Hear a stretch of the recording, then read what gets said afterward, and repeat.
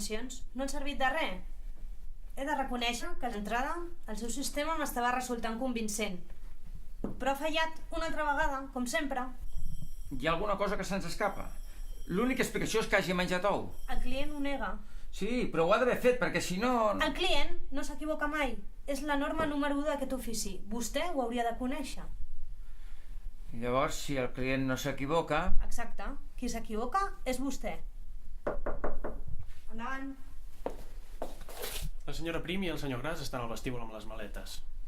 Diuen que no volen marxar sense acomiadar-se. Gràcies, Rufus. Ara surto. Vostè també pot anar fent les maletes, si és que va cometre la imprudència de desfer-les.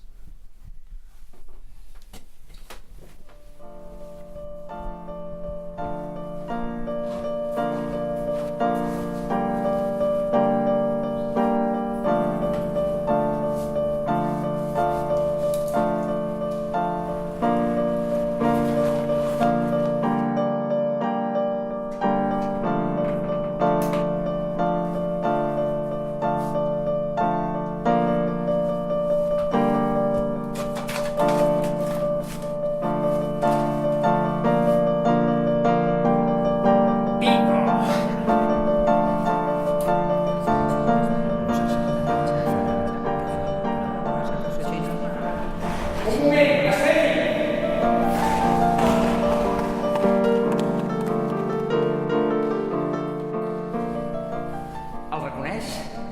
És un envàs de gelat. Exacte. Qui ha menjat aquest gelat? Jo segur que no, perquè sóc al·lèrgic a la llet, oi? Això diuen. Llavors... He estat jo. Quan ha menjat aquest gelat? Senyor Cullera, aquí ve aquest número. És la clau de tot plegat. Quan ha menjat aquest gelat? Avui, després de dinar, oi? Sí, Llegeixi els ingredients. no porto les ulleres de prop. Llet, sucre, conservants... No pot ser? Oh!